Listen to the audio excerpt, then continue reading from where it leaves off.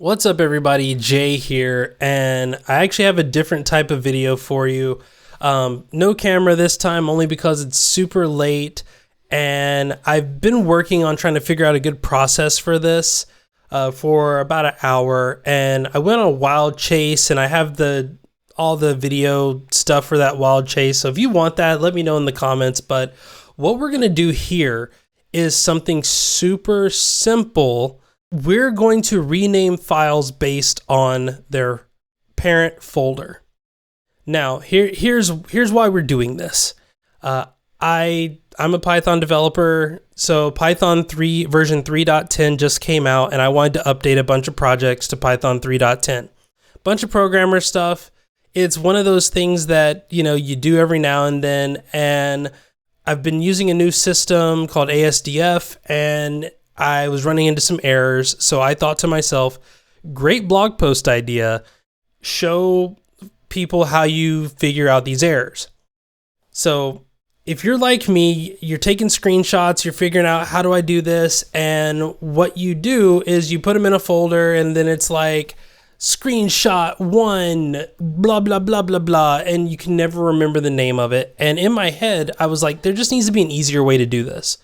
So I thought, what if you just had the topic image 1, or the topic beginning, the topic middle, the topic end, all of that stuff, but all of them had the same preface, the same basic part.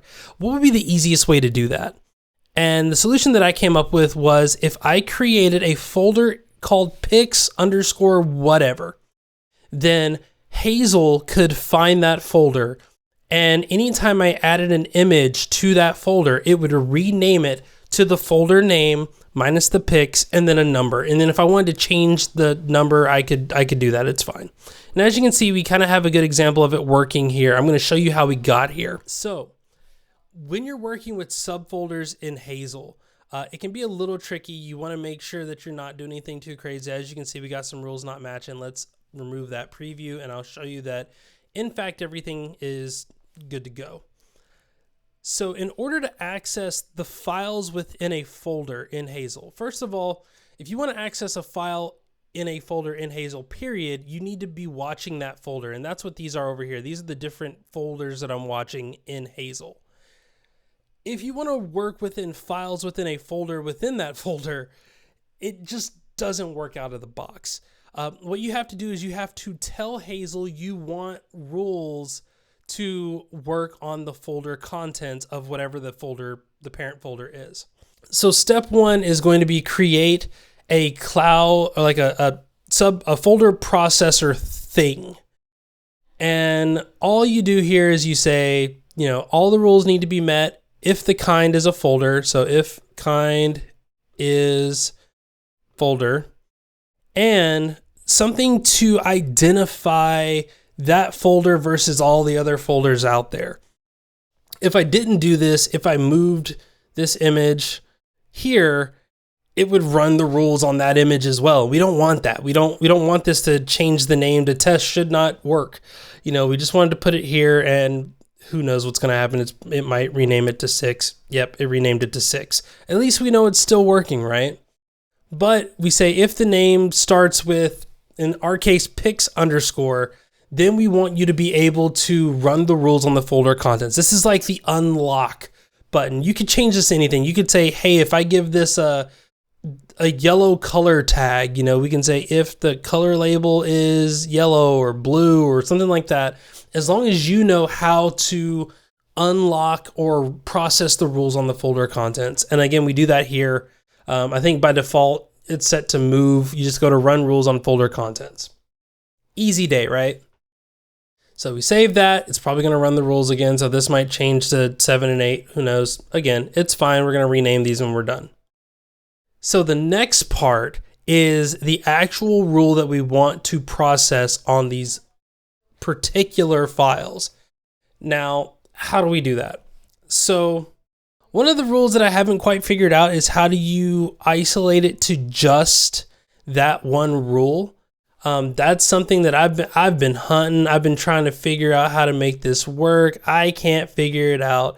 If you know how to get the folder name to work in the Hazel process to say, like, if the parent folder is this or whatever, please let me know. I've tried folder name, that didn't work. I didn't see parent folder or subfolder, any of that stuff. I don't see it.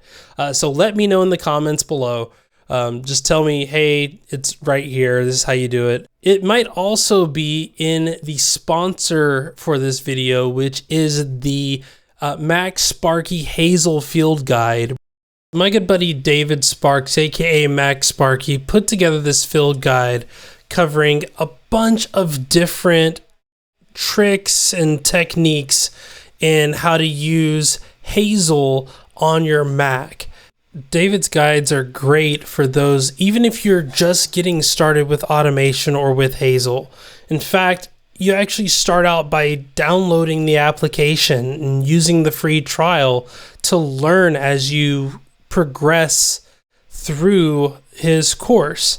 And he covers everything. There are hours and hours of content available for you here, so that you know for a fact that you've gotten all that you can. Now, I will be honest, I am a bad student and I usually just want the answers.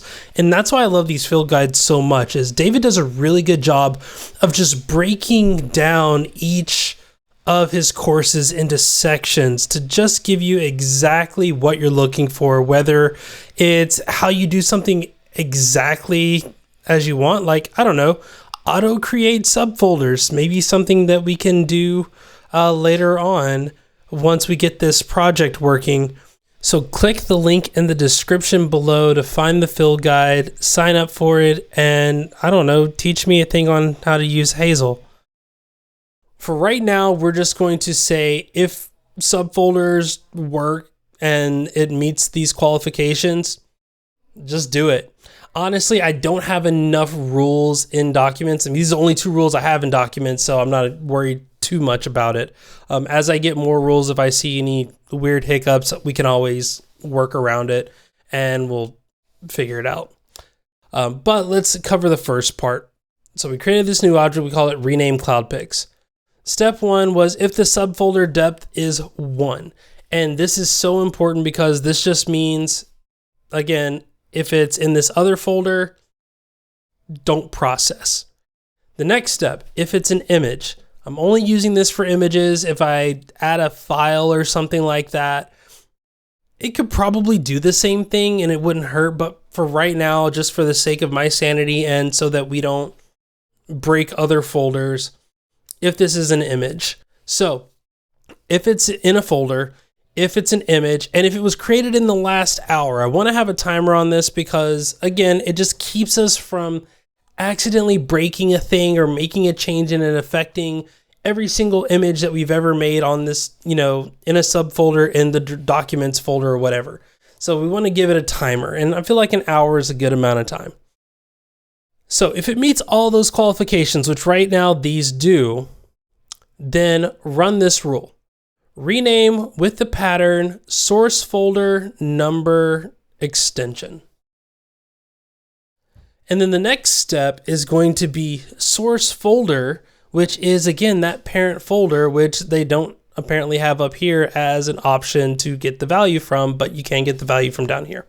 And all that's saying is whatever the folder that this is in. If we were a step up, it would be documents. Because we're inside of a folder, it's going to be whatever the folder name is, which would this be pics, Python, blah, blah, blah, blah, blah, blah, blah, all this stuff. So now at this point, you might be saying, Jay, but this folder starts with pics. How come pics isn't in the title thing or whatever? And I'm glad you asked that. If we zoom in here, you see this little arrow thing, the double arrows going both ways there. What that is saying is there's a modification on this. Yeah, and if we say replace text here, we can actually see it. I'm surprised they don't have a check mark for that. They should really get a check mark from that. You could do like a full path or whatever, but we only want the folder name for this instance. So replace text, and what we see is replace pics underscore with nothing. And what that does is that actually just removes the pics underscore. Now, I could show you this other video, and again, if you really want to see it, throw it in the comments saying, hey, we want to see that video of you fumbling for 38 minutes trying to figure out how to make this happen using shell scripting and a whole bunch of other stuff. Luckily for me, Hazel is smart enough to just give me the ability to do like an easy find and replace to solve that problem. But this is a great way to say, if I have a unique thing that I want to happen, do it, and then remove any evidence of the unique thing happening, which is great, because what we're doing is we're saying this can work with any folder name as long as that folder name starts with pics underscore, and we're going to run this policy and we're going to remove the word pics from it completely. So that's it. We hit save. We take these last images over here. We just drag them right in, and we should watch it change before our very eyes. And there we go, ASDF errors, and it went with 1 and it went with 2.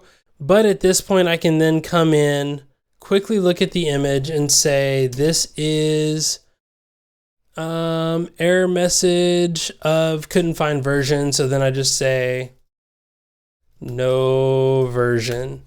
And then I would just drag that into Cloud Mounter, which would then upload it so that all of the images that I'm looking for all start with Python 3.10 ASDF errors. And then I just need to know that unique suffix there at the end. If you liked the video, let me know. Again, thank you again to the Max Sparky Hazel Fill Guide, where I learned tools like this and a bunch of other tools. But that's going to do it for this episode. I hope you've learned something pretty simple that can change how you do folder and file management for many, I don't know, days to come until the next big optimization and update. But until next time, I've been Jay Miller. Thank you so much for watching, and I don't know, go rename a bunch of files or something. See ya.